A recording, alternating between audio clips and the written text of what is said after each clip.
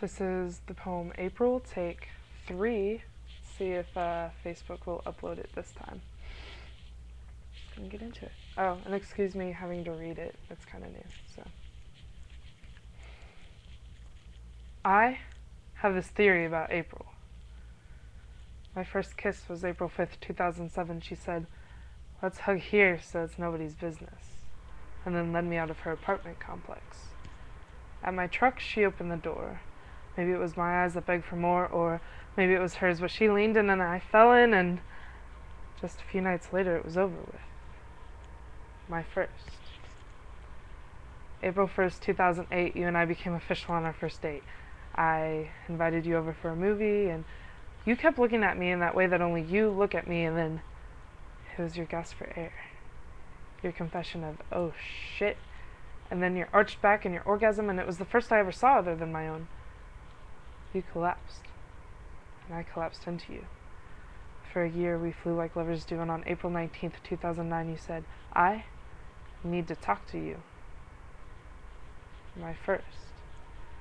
And I thought anything but the obvious, because I'd rather be oblivious to the fact that you don't love me anymore. I'd hoped it was a nightmare, but awoke to the reality that you've moved on from me.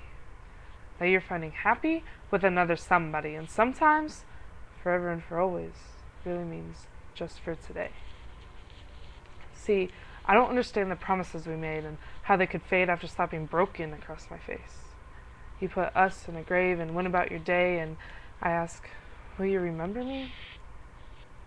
I'm new at this.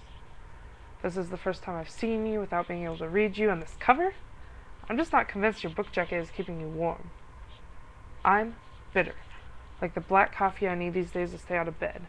They say sleeping like this is a sign of depression. If heartbreak is a disorder, then wrap me in a straitjacket, because I'm not over this condition. I still love you.